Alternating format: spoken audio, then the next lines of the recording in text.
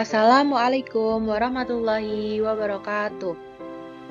Alhamdulillahirabbil alamin. Pada kesempatan ini, saya atas nama Putri Rahayu Ningtyas Hatifara dengan NIM G1002100025 akan mempresentasikan tentang tafsir Quran kontemporer. Untuk presentasi kali ini, saya akan menjelaskan tafsir Quran kontemporer ada 4 poin.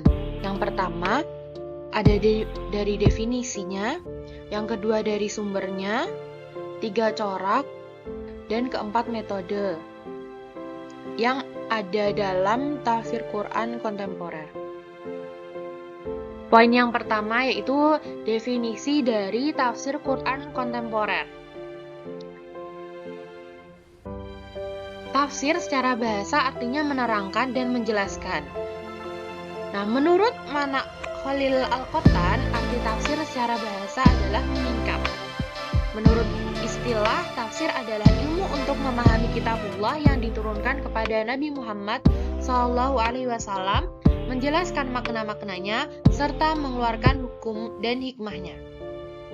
Menurut Abu Hayyan, dalam Al-Baharul Muhit, tafsir adalah ilmu yang membahas tentang cara menjelaskan lafaz-lafaz Al-Quran, maksud-maksudnya, berbagai hukumnya, dan makna yang terkandung di dalamnya. Kontemporer, yang berarti sezaman atau sewaktu. Di dalam kamus Oxford Learner's Pocket Dictionary dijelaskan ada 2 pengertian dari contemporary. Pengertian yang pertama, belonging to the same time, atau termasuk waktu yang sama, dan untuk pengertian yang kedua itu of the present time, modern atau waktu sekarang atau modern. Dalam bahasa Indonesia, kontemporer adalah pada masa kini atau dewasa ini. Menurut Ahmad Shirbashi, yang dimaksud dengan periode kontemporer adalah yaitu sejak abad ke-13 Hijriah atau akhir abad ke-19 Masehi sampai sekarang ini. Dari penjelasan pengertian tafsir dan kontemporer dapat kita simpulkan bahwa tafsir kontemporer adalah penafsiran Al-Quran yang muncul dan berkembang dimulai semenjak akhir abad ke-19 Masehi hingga saat ini.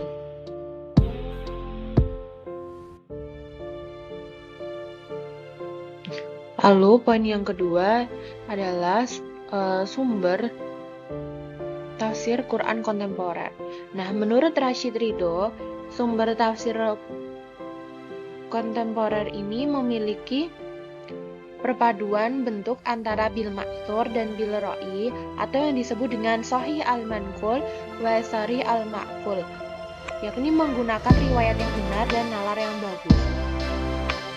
Nasruddin Baidan menyebutnya sebagai isdiwaj, yaitu perpaduan antara bentuk bil ma'thur dan bil ra'i.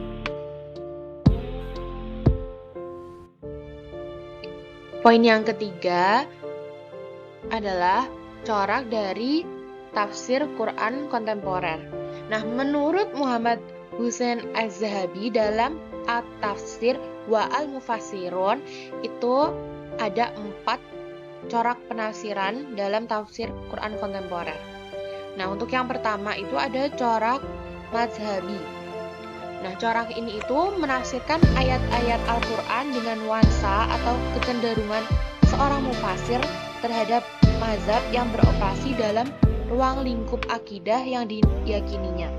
Nah, diantaranya itu ada mazhab Ahlus Sunnah wal Jamaah atau Sunni, terus ada Syiah, Khawarij, Mu'tazilah, Jabariyah, Sifatiyah, dan Murji'ah. Untuk corak yang kedua ada corak ilhadi. Nah, maksudnya corak ilhadi itu corak penafsiran dari golongan kaum liberal. Nah, ilhadi artinya itu secara bahasa adalah kafir. Nah, lebih lanjutnya itu penafsiran ilhadi adalah penafsiran Al-Quran yang sangat menyimpang dari agama. Nah, menurut Syekh Jalaluddin mengatakan mereka para para penafsir ilhadi digolongkan kepada kaum liberal atau kafir. Corak yang ketiga yaitu corak adabi al-ijtimai. Dalam corak ini mufasir menjelaskan Al-Quran lebih cenderung menggunakan maknanya dari sudut pandang konteks status sosial untuk menjawab segala permasalahan umat pada saat ini. Nah, ada beberapa perintis dalam corak ini seperti Muhammad Sahrur, Rifat Hasan, Hasan Hanafi, Nasr Hamid Abu Zaid, Muhammad Arkon, Abdul Kalam Azad, Fazlur Rahman, John Wensbrook, Farid Esak, dan Said Kutub. Untuk corak yang keempat, corak yang terakhir itu ada corak ilmi. Nah, corak tafsir ini itu menyelaraskan antara teori ilmiah atau aspek metafisika alam dengan ayat Al-Quran. Al-Quran yang bersifat universal telah memberikan gambaran seluas-luasnya tentang fenomena alam semesta yang ternyata setelah dicocokkan sangat berkesesuaian dengan teori ilmu pengetahuan yang dimiliki manusia pada masa ini. Sekarang poin yang keempat, yaitu poin terakhir, adalah metode dari tafsir Quran kontemporer.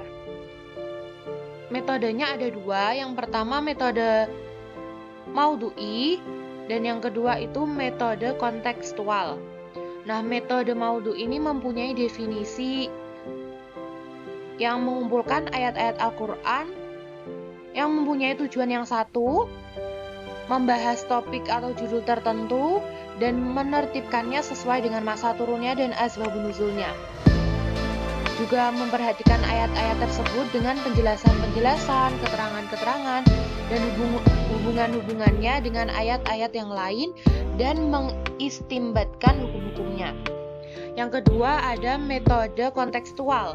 Definisinya adalah identik dengan situasional, keterikatan dengan historis dan makna fungsional, dan mendudukan Al-Quran sebagai sentral moralitas. Sekian penjelasan dan presentasi pada kali ini. Kurang lebihnya mohon maaf. Wassalamualaikum warahmatullahi wabarakatuh.